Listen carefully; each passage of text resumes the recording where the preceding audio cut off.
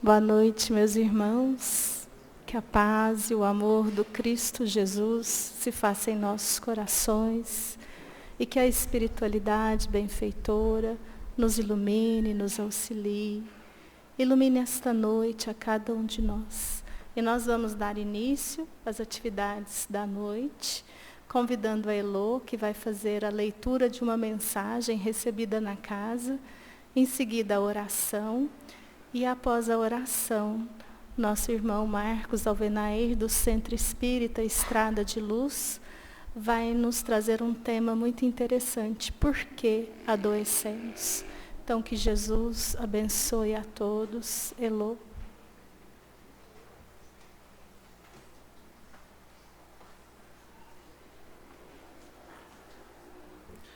Boa noite a todos.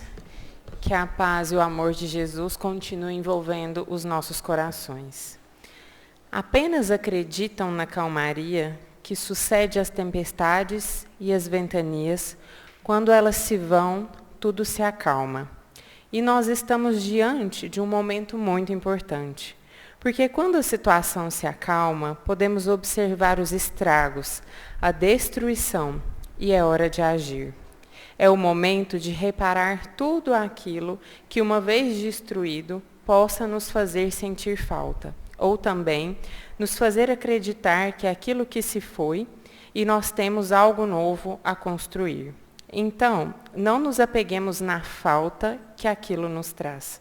Nos apeguemos naquilo que podemos renovar, que podemos construir, fazer novamente e fazer melhor. Nos apeguemos à esperança do porvir. Quando ao nosso lado falta a calma, falta a fé e, consequentemente, falta a esperança, só existe uma forma de ajudar a resolver, que é chamando a atenção para o que está além, para o que está no porvir, para o amanhã. Precisamos auxiliar o sofredor, não apenas secando sua ferida, mas lhe mostrando que ela pode ser uma cicatriz amanhã, fechada e encerrada, e as suas mãos muito terão que trabalhar, muito terão que fazer. Sosseguem os corações aflitos, com a esperança no porvir. A dor de ontem, o sofrimento, aquilo que arruína a fé, que arruína a confiança no Criador, esse desespero e essa dor passarão. É preciso crer nisso.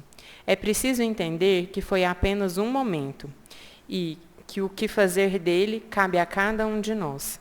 O transformar com a coragem em uma fortaleza, ou se também, por nossa vontade, desanimarmos, que nós não façamos disso algo para nos lamentar, algo para nos desanimar e algo para se vitimar.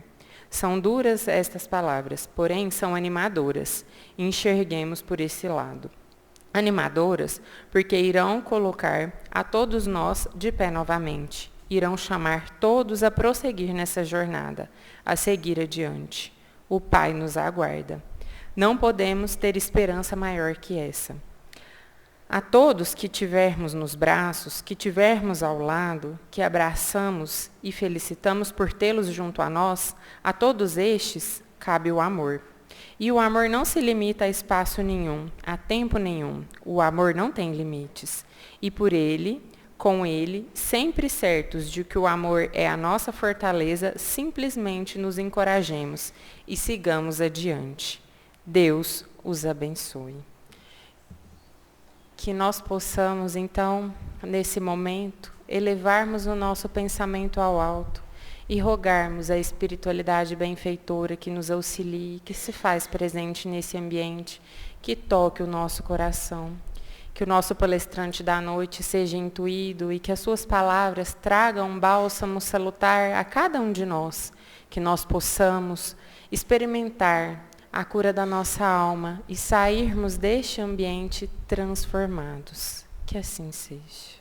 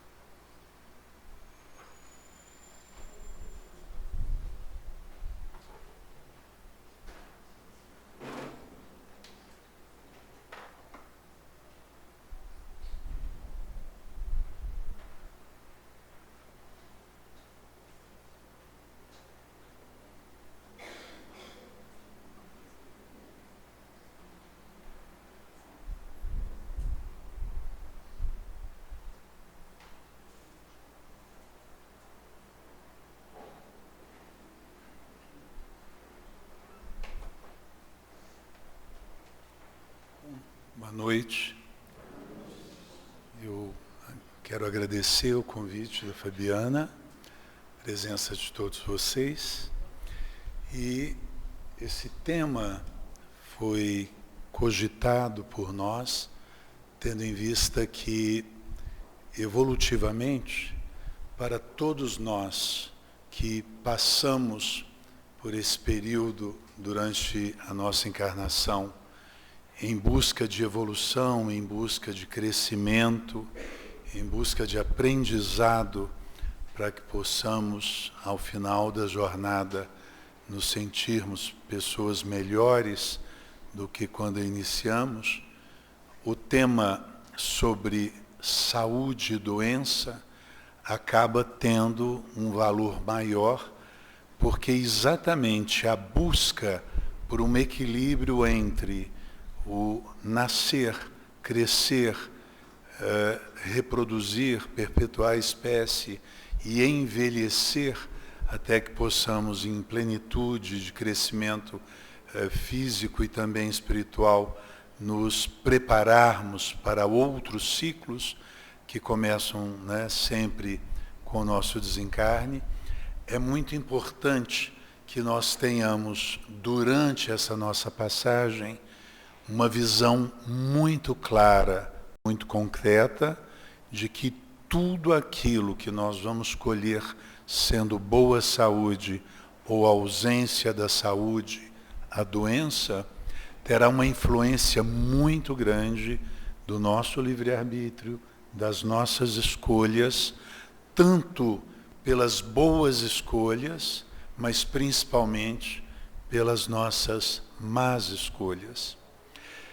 Eu coloquei algumas palavras-chave na tela para que nós tentemos assim compreender que a nossa doença, ela não se inicia exatamente com primeiros sinais ou sintomas.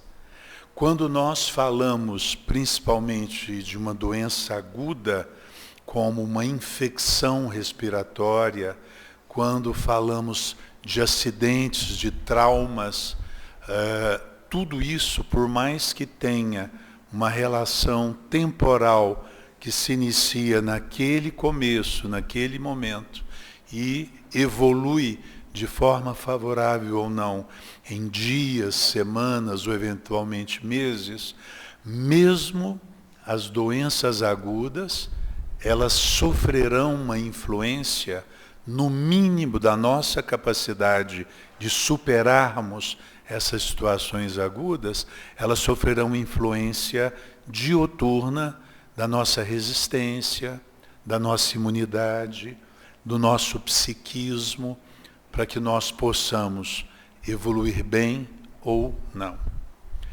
Se nós voltarmos no tempo, 2019, fim do ano, todo 2020, 21, 22, nós vivemos uma das maiores tragédias que a humanidade já teve que enfrentar, que foi o Covid-19.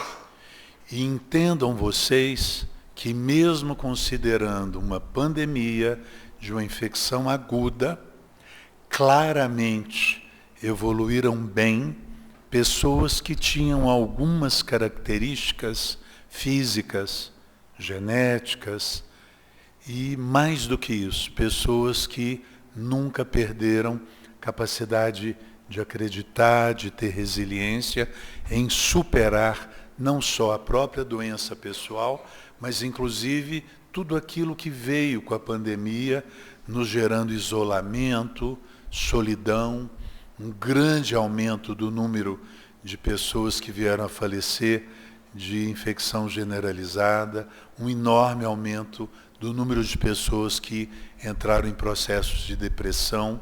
Para vocês terem uma ideia, o número de suicídios no mundo, ele se multiplicou por 10 durante a pandemia. O número de cânceres recém-diagnosticados foi multiplicado por 8 no mundo todo, a partir do Covid. E entendam Covid como doença, entendam Covid também quanto às dúvidas geradas pelas próprias ações das vacinas.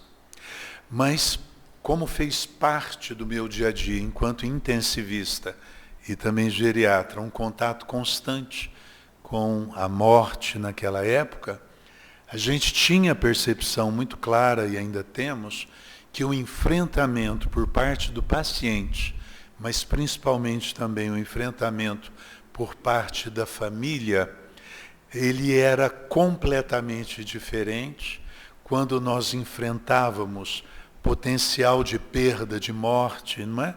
De alguns milhões de pessoas. O cálculo aproximado é que faleceram 6 milhões de pessoas, né, no planeta Terra nesses 3 anos. E o enfrentamento da doença e também da morte acabava tendo, em última instância, grandes diferenças quando nós tínhamos vontade de viver, aceitação das dificuldades do enfrentamento, portanto, também uma capacidade maior de resiliência. Esse é só um exemplo para que vocês entendam o seguinte: quando eu cito saúde versus doença, nunca nas nossas vidas, na nossa trajetória, nós viveremos sempre um ou outro polo.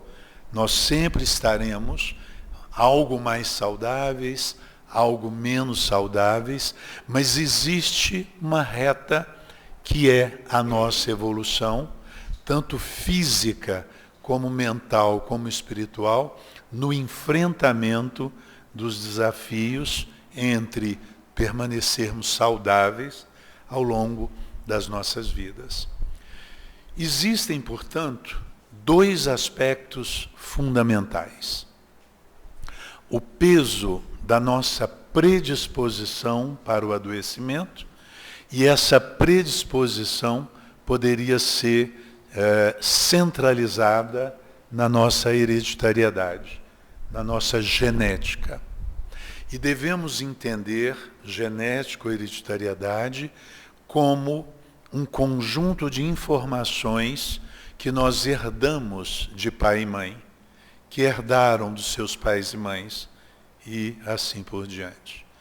Então, falando de uma forma bem prática, eu posso citar vários exemplos, e talvez seja mais fácil aqui citar alguns exemplos, como alguns cânceres. Eu nasço com uma predisposição para alguns cânceres, na dependência da minha história de família. Então, alguns cânceres, como o câncer de mama, principalmente nas mulheres, um pouco menos nos homens. Câncer do intestino grosso, tanto em homens como mulheres. Câncer de próstata no homem. Algumas leucemias. Câncer de pâncreas, tanto em homens como mulheres. A imensa maioria desses cânceres não vão surgir ao longo das nossas vidas e se transformarem em eventos mais graves, que inclusive, se devidamente não tratados, podem abreviar, podem aumentar a finitude, né? Nós vamos morrer daquilo precocemente. Agora, isso não vai acontecer quando não haja o encontro entre predisposição genética e alguns hábitos. Eu vou dar o exemplo desses cânceres, mas isso vale para muitas doenças, principalmente as doenças chamadas doenças crônico-degenerativas. E aí eu estou falando de todas as doenças que geram obstrução das artérias, culminando com infarto do miocárdio, acidente vascular encefálico, que é o derrame, entupimento das artérias dos membros inferiores das pernas, podendo causar tromboses, amputação. Sempre haverá uma tendência de família e um hábito favorável ou desfavorável que, na soma, para mais ou para menos, na dependência do peso do mau hábito ou do peso da genética, nós teremos doenças mais precoces e muitas das vezes fatais. Câncer de intestino. Existem fatores que serão desencadeantes do câncer do intestino. O fator mais importante é a obesidade. O fator mais importante, junto da genética, que é a história familiar positiva, é o paciente com excesso de peso. Então, eu tenho uma história familiar de câncer de intestino, eu posso evitar o surgimento desse câncer evitando o excesso de peso.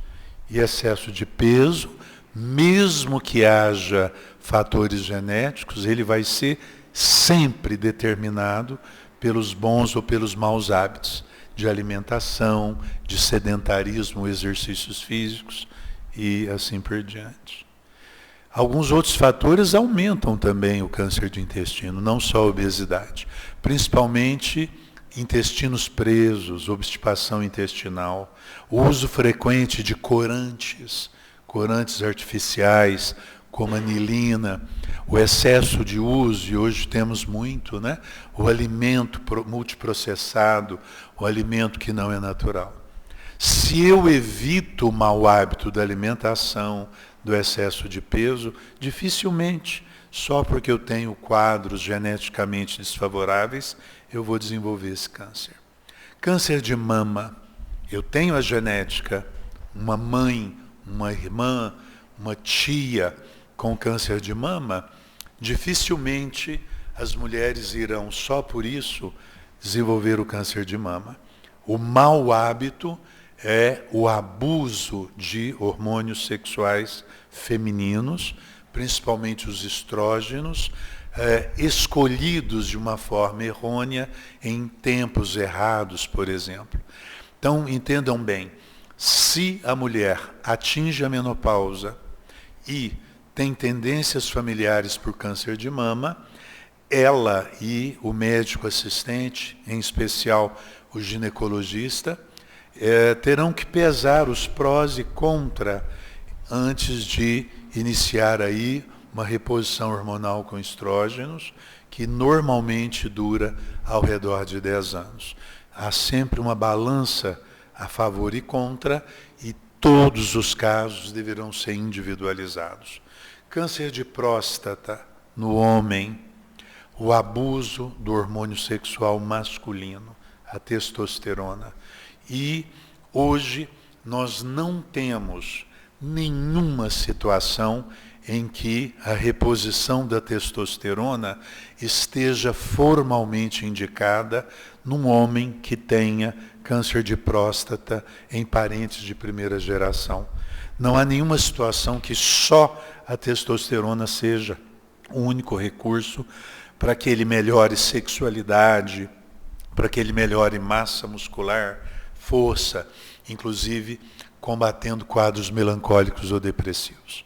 Diferente da mulher, em que o hormônio sexual feminino atua de formas bastante importantes, por exemplo, preservando a massa óssea, no caso do homem, a testosterona pode ser substituída por uma série de outros recursos que não estimularão o desenvolvimento desse câncer de próstata que esse homem tem como tendência, ok? É muito importante isso. Se nós falarmos, então, de adoecimento por tendências genéticas que se somam a maus hábitos em caráter metabólico, aí sim nós vamos entender que as doenças que nos tiram a qualidade de vida, que limitam a nossa autonomia, que muitas das vezes nos levam, inclusive, à morte precoce, como eu citei, os eventos cardiovasculares, por exemplo, as descompensações de um diabetes, as complicações ortopédicas, as artroses, os desgastes avançados, principalmente ligados à obesidade, nós então entenderemos que muitas das vezes nós colhemos a doença porque não plantamos a saúde.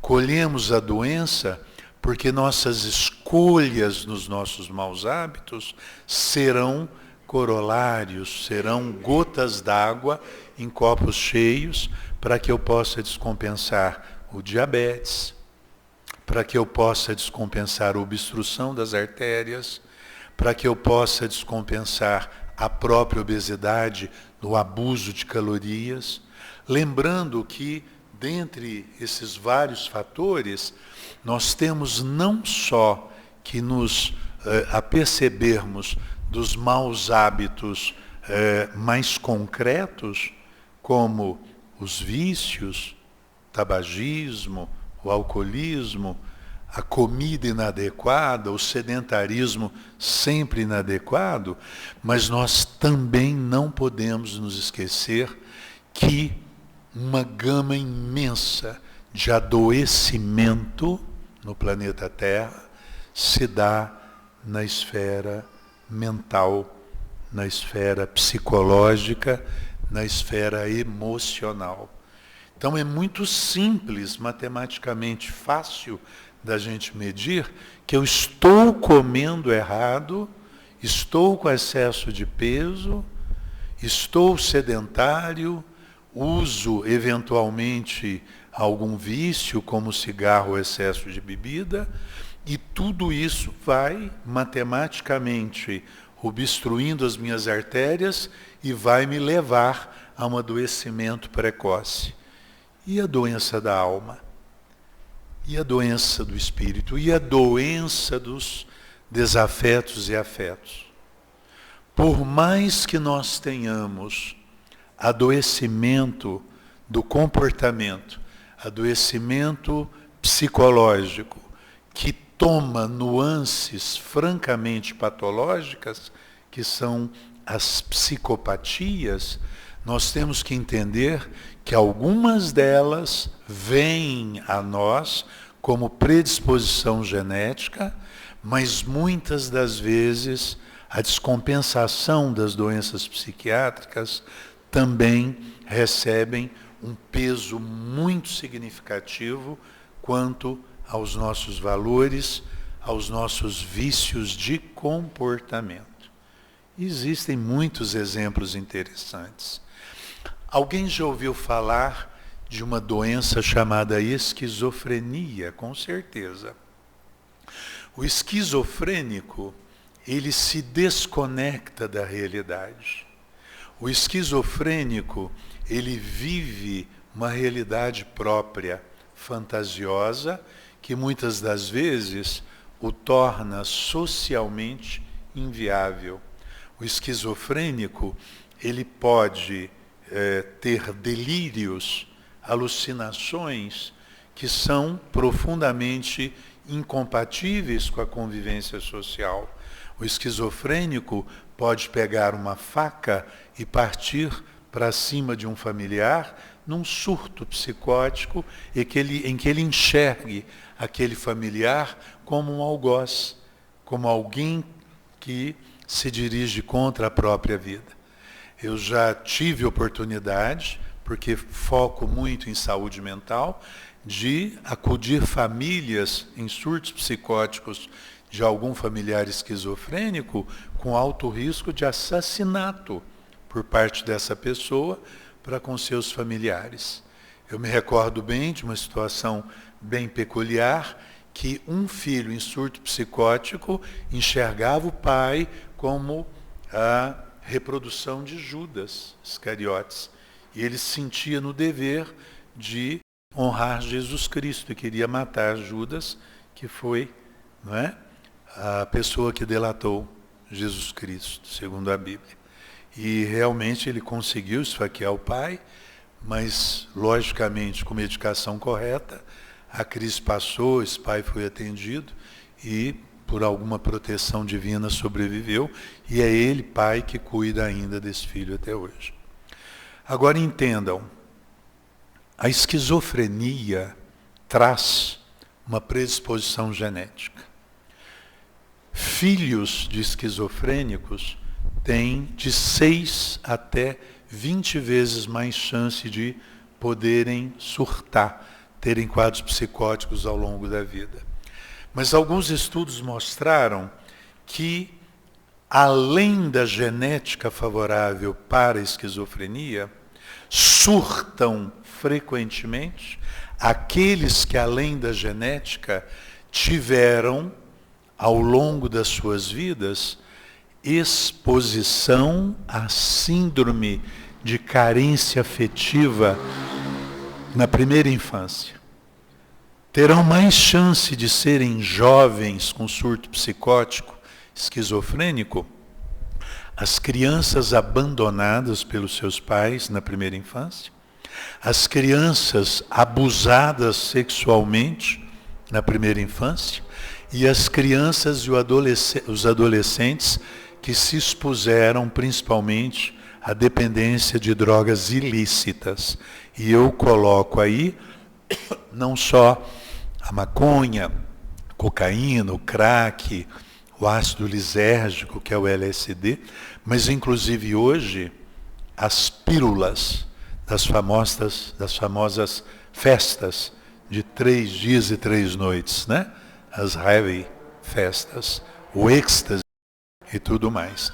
Então entendam, mesmo doenças tão graves e de grande definição geneticamente programada, poderão ser evitadas por escolhas próprias ou das pessoas que cercam e têm o poder do cuidado, principalmente quando eu falo crianças, de cercarem essas crianças de amor, de cuidado afetivo, de conexões sociais, tentando evitar o isolamento social, a síndrome do desamor e principalmente tentando evitar abusos, não só afetivos, mas inclusive sexuais, e já na adolescência, a exposição a drogas ilícitas. Não é diferente também com a maioria dos quadros de depressão suicida. É sabido por todos nós, em maior ou menor grau, que estamos vivos, estamos dentro de uma programação divina que é evolutiva. E a nossa evolução exige, a nossa evolução enquanto indivíduos e nas vidas a serem vividas, a nossa evolução depende obrigatoriamente da nossa capacidade de superar a dor. Não há evolução sem dor. A natureza é palco de exemplos de que a evolução do ambiente, da atmosfera, de todos os seres vivos, depende de crises, de rupturas, do acúmulo de energias que muitas vezes antagônicas explodem. E é a partir de perdas, de dor, de sofrimento, mas em cima disso, de resiliência e capacidade de superação, é que nós crescemos. A alegria, a leveza, a brandura, a paz de espírito são conquistas que vêm com o tempo, o trabalho e o enfrentamento da dor. Voltando ao exemplo de deprimidos com alto potencial suicida, nós temos em 50% dos quadros de depressão grave história familiar, história genética. Pessoas que têm história familiar de autoextermínio, de suicídio, são pessoas que no seu histórico de vida mais frequentemente terão depressão grave, inclusive também mais frequentemente suicidarão. A história familiar pesa. Agora, se nós considerarmos, exemplo, 10 mães ou pais que passem por uma provação de vida, exemplo, assistiram ao assassinato de um filho querido, nós teremos 10 pais, 10 mães vivendo a mesma tragédia, a mesma dor, a mesma perda. Mas nós não teremos 10 suicidas. Nós não teremos necessariamente 10 quadros de depressão grave. Ao contrário, nós teremos aquelas pessoas que apesar do luto, apesar da vivência da perda, da dor, superarão e serão inclusive elementos de base para ajudarem outras pessoas passando pelas mesmas perdas. E o que nós temos de entendimento para tentarmos compreender por que as respostas à dor, uma dor igual ou parecida, inflige dentro da nossa alma capacidades tão distintas de reação? Claro, existe a genética de quem é mais forte. Provavelmente, dentro de uma compreensão espírita, pessoas que já amadureceram em vidas anteriores, passando por provações, por privações, que as tornaram espíritos mais velhos e mais resilientes. Muitas das vezes nós podemos dizer que algumas pessoas têm mais fé, têm mais aceitação pelos seus dogmas religiosos. Outras das vezes nós vamos também dizer que Maria suicidou no dia seguinte ao assistir o assassinato do seu filho, porque Maria já era uma mulher muito triste, já era deprimida, e a perda do filho foi o golpe fatal, foi a gota d'água num espírito ou numa mente já doentes. Todas essas interpretações são corretas, todas são possíveis. Mas o que nós tiramos de conhecimento desses exemplos é que a resiliência fortalece com o tempo e com a escolha individual do enfrentamento. A escolha do enfrentamento, ela não é uma teoria, ela não é aprendida nas escolas. A escolha do enfrentamento é atitude, é convicção e é mais do que nunca aceitação dos princípios divinos em que vida e morte, seja morte violenta ou morte por doença, ou morte até por uma velhice longeva, são todas nuances de um grande plano espiritual, de um grande plano divino para a humanidade.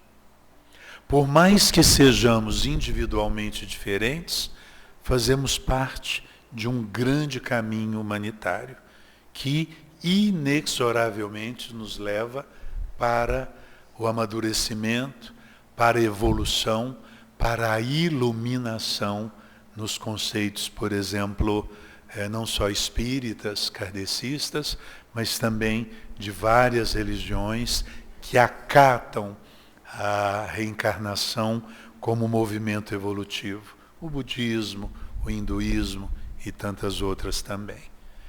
Ou seja, o deprimido suicida, ele tem não só o direito, mas para quem vislumbra a evolução como um caminho longo e diverso, acredito eu pessoalmente, que esse ser humano, ele tem o dever de fazer escolhas de resiliência, escolhas de superação e, principalmente, buscar se abrir para conexões, para suporte social e, sempre que possível, um apoio médico, um apoio psiquiátrico, um apoio social para que a gente possa superar as perdas num senso de aprendizado e de aceitação evolutiva madura. Muito importante. Voltando então ao nosso quadro, nós podemos trazer as tendências para o adoecimento, mas o resultado final está dentro do caminho que eu escolho para a minha vida. Se eu tenho pai alcoólatra, eu tenho tendência para o alcoolismo, mas eu tenho 100% de poder sobre vamos dizer, me entregar ao vício, ou desde cedo, sabendo da minha tendência, tentar evitar a exposição social à oferta da bebida. Se eu tenho pais fumantes inveterados que desenvolveram câncer de pulmão, eu tenho racionalmente o poder de não fumar.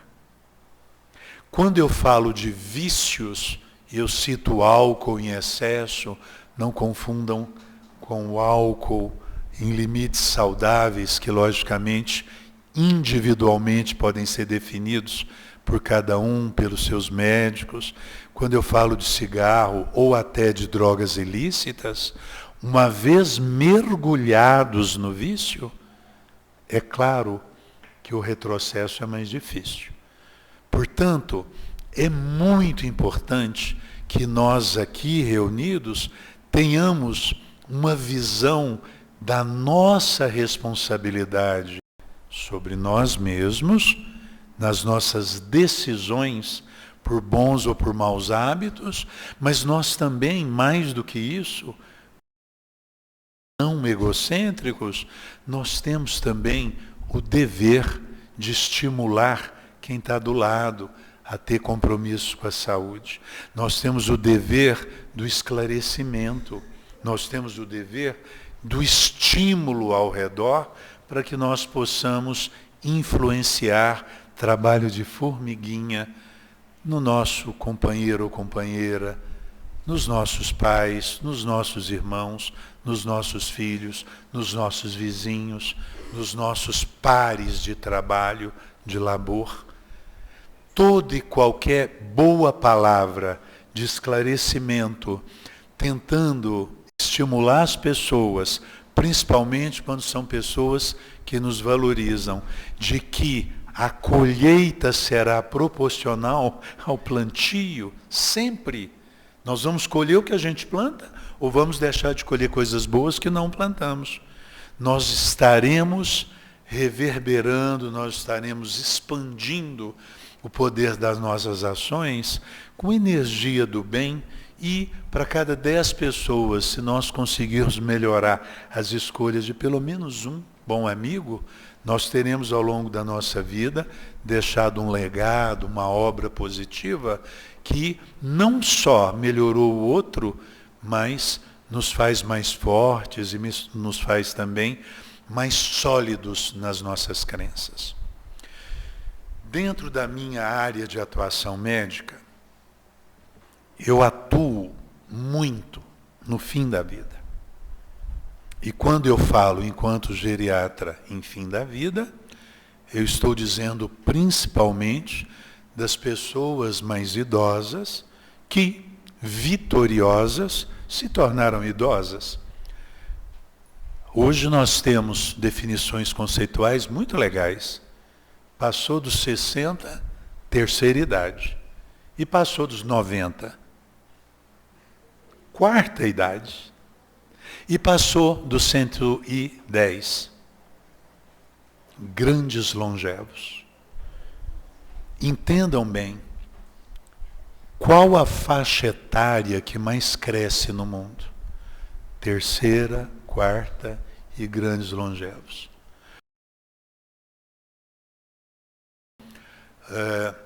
Da humanidade nos últimos 50 anos, principalmente após aí a década de 80, nós temos 3 vezes mais aumentos relativos de idosos do que jovens no mundo. E isso significa que o número de pessoas idosas ou muito idosas só tende a crescer. E idosos cada vez mais saudáveis, úteis, que a aposentadoria fica no papel, mas ninguém está virando velhinho, fim de carreira. Eu tenho pacientes que eu cuido com mais de 100 anos que cuidam de si.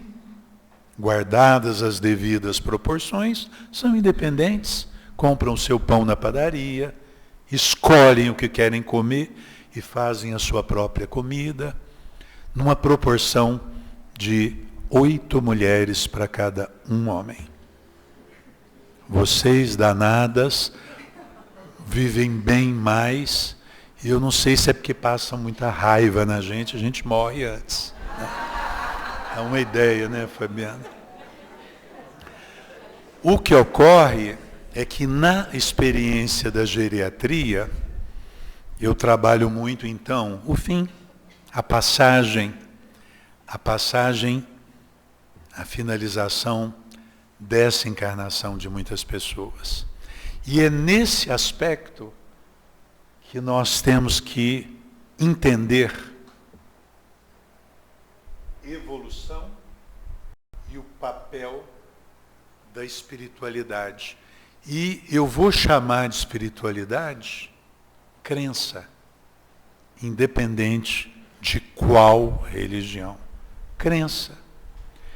Eu acredito que a cessação da minha vida corporal, física, não é a cessação da minha vida. Que existe um algo mais que transcende a vida biológica do meu corpo aqui hoje. Há mais ou menos 32 anos, eu concebi um estudo com pacientes terminais dentro da UTI do Hospital Santa Genoveva. E no prazo de uns 5 anos, fazendo algo ao redor de 100 acompanhamentos de pacientes terminais, porém lúcidos, entendem isso? Doenças terminais, como câncer terminal, pacientes com infecções graves, mas que ainda tinham lucidez e capacidade de comunicação. A gente fazia algumas perguntas, e essas perguntas tentavam concluir sobre o que em comum cada pessoa traz e espera levar daquele momento em que ele tem uma consciência subentendida ou de fato declarada que ele se encontra no fim dessa encarnação. E as perguntas eram muito ricas e as respostas mais ainda. Ninguém pedia na ciência do fim da vida que pudessem aumentar seu saldo bancário. Ninguém. Ninguém pedia para ter alguns dias a mais para dar uma volta no seu carro de luxo. Ninguém pedia que o tempo extra pudesse ser cedido para matar o amante da namorada. Ninguém. Eu falo com um pouquinho de brincadeira esse último exemplo, mas para dizer que mesmo as mágoas e desavenças perdiam um pouco do seu peso, do seu valor, porque todas as respostas poderiam ser centradas numa resposta. Eu quero passar um pouquinho mais de tempo com as pessoas que eu amo. Isso é muito importante, porque nos leva lá atrás. Por que eu tenho que reconhecer que eu não me dediquei às pessoas que eu amo quando eu já estou no fim? Por que eu não fiz escolhas lá atrás para me dedicar aos amores da minha vida? Sejam os meus familiares, os meus grandes amigos. Por que eu tenho que estar no fim da vida para perdoar as pessoas que de alguma forma, né, não foram pessoas em sintonia com o meu querer? Então eu achei isso fantástico, porque todo o tempo que pudesse ser dado a todos eles, focavam no perdão, no acolhimento, no simplesmente estar com pessoas que tiveram significado emocional. Isso é evolução. Agora, Eu, já na minha transição corpórea, talvez não tenha realmente, como essas pessoas não tiveram, a oportunidade até de pedirem o seu perdão, de se reconciliarem com muitas pessoas que, de certa forma, né, pesavam no fim da vida como amores não declarados. Eu vi muito isso com homens idosos e seus filhos, muito menos com mulheres idosas e seus filhos. Talvez até pela índole natural da mulher de ser mãe, de ser principalmente cuidadora. Agora, uma outra conclusão tem a ver com espiritualidade. Morreram melhor, com menos necessidade de morfina, com menos necessidade de sedação, quem tinha crenças. Morreram mal, desesperados, os não crentes, os agnósticos. Eu estou aqui fazendo uma crítica a quem não crê? Não, livre-arbítrio, cada um tem o seu tempo.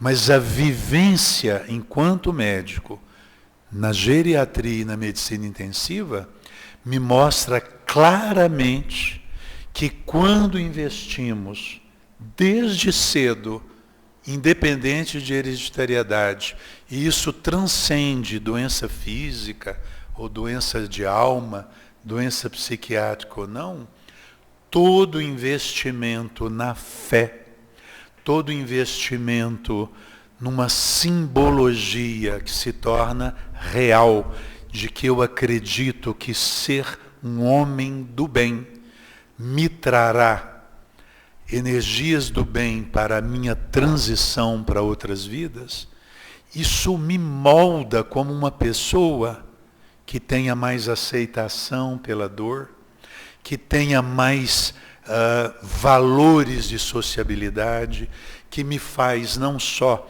defender egocentricamente os meus objetivos em detrimento daqueles que me rodeiam, mas eu, quando opto pela fé, quando eu opto por uma crença, repito, qualquer que seja ela, mas que seja legítima, eu passo a acreditar que eu vou colher hoje, vou colher amanhã, vou colher sempre o que eu estiver hoje plantando nas sementes das minhas convivências com as pessoas ao redor.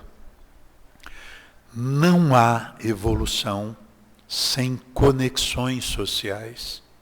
As pessoas profundamente isoladas, e eu excluo aí os santos, os anjos, que não precisam tanto de sociabilização, mas falando de pé no chão, não há evolução sem interação social, sem nós crescermos, buscando os nossos objetivos, mas ajudando quem nos cerca.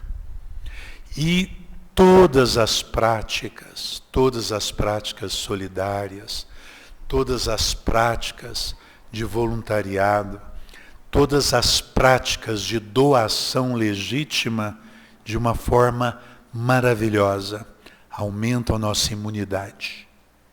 Eu me torno mais resistente até a infecções. Todas as práticas de altruísmo verdadeiro, não necessariamente doação material, que também é importante, mas eu falo mais da doação do meu tempo, da minha dedicação ao outro que precisa mais de mim, me fortalece. Me faz menos doente. Me faz transcender essa vida, essa encarnação, de uma forma mais saudável, mais sóbria. E o que eu deixo aqui de mensagem mais importante é exatamente que cada um aqui possa fazer uma autoavaliação, preferencialmente hoje, né? Depois da oração antes de dormir, para saber o que nós estamos fazendo nas nossas escolhas. O que é que nós podemos fazer melhor a partir da manhã? No nosso alimento, na nossa ginástica, no nosso cuidado com o abuso, por exemplo, do cigarro e do álcool, no nosso cuidado com excesso de peso, com o uso correto das medicações que os nossos médicos passaram, mas mais do que isso. Como estamos nós na nossa fé, na nossa crença? Como estamos nós na nossa autocrítica do que temos feito, não egocentricamente para nosso proveito, mas para os outros? Quantas vezes eu vou poder me calar quando ofendido e esperar a oportunidade correta para, com humildade e força, né, da convicção, poder mostrar para o outro que com, vamos dizer, agressividade, agressões, a gente não evolui. Quantas vezes eu vou poder, daqui para frente, me postar como alguém que fomenta o bem social, que faz escolhas políticas pensando num bem comum de forma legítima e não só quando fazemos escolhas, muitas das vezes partidárias, sem a gente ter uma visão de sociedade de fato, né? De respostas que tragam benefício real para mais pessoas na nossa sociedade. Não é defesa desse ou daquele, é a visão das propostas que a gente tem que ter para nós mesmos e para as pessoas que nos cercam. Cidadania, interação, investimento intelectual para conhecermos, né, o que a sociedade nos traz hoje de grandes transformações. Tudo isso não é só direito, é dever. Senão nós teremos literalmente passado um tempo e desperdiçado a nossa chance de aprendizado. Eu convido a vocês para fazerem realmente uma autoanálise e tentar aquele trabalho de formiguinha. Formiguinha com a gente mesmo e, logicamente, com todas as pessoas queridas, né, que nos cercam. Se nós investirmos desde cedo, desde a criança recém-nascida, eu falo aí do ato educativo dos pais, dos amigos. Se nós conseguirmos motivar os nossos adolescentes a investir em bons hábitos, buscarem saúde, equilíbrio e entendendo que a evolução depende de um investimento espiritualista, com certeza nós teremos cada vez mais grandes longevos que simplesmente despedem com uma carinha bem pacífica, leve da vida de agora, conscientes que o momento depois é uma estrada de luz e de mais trabalho, né? Muito obrigado.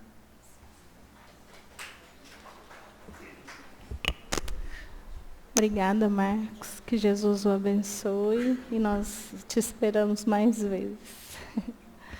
Nós convidamos os passistas ao trabalho do passe.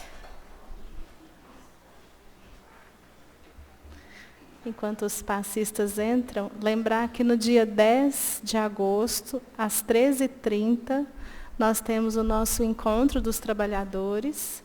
E tem muita pessoa perguntando que não faz trabalho ainda no semeador, se pode vir. Todos são convidados. Então, quando a gente fala encontro da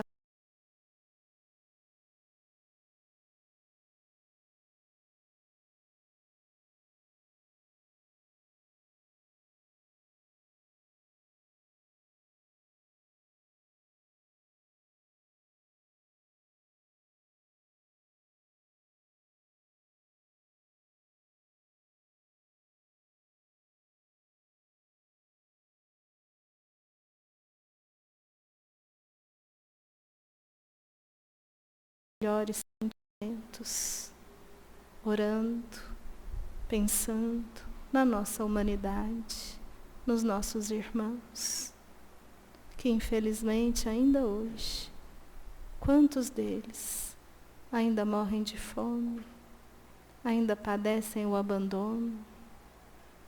Quantos estão marginalizados? Que nós possamos orar, tendo em Ti, Senhor, o nosso verdadeiro exemplo, daquele que veio por amor a nós, ao Pai, nos ensinar a amar, ao amai-vos uns aos outros. E assim oramos nesse instante, por cada irmão, por todos os irmãos, encarnados e desencarnados, que vivenciam a vida na terra. Pai nosso, que estais no céu, santificado seja o vosso nome. Venha a nós o vosso reino, seja feita a vossa vontade, assim na terra como no céu. O pão nosso de cada dia, dai-nos hoje. Perdoai as nossas dívidas, assim como perdoamos aos nossos devedores. E não nos deixeis cair em tentação, mas livrai-nos de todo o mal. Vamos em paz e que o Senhor nos acompanhe. Assim seja.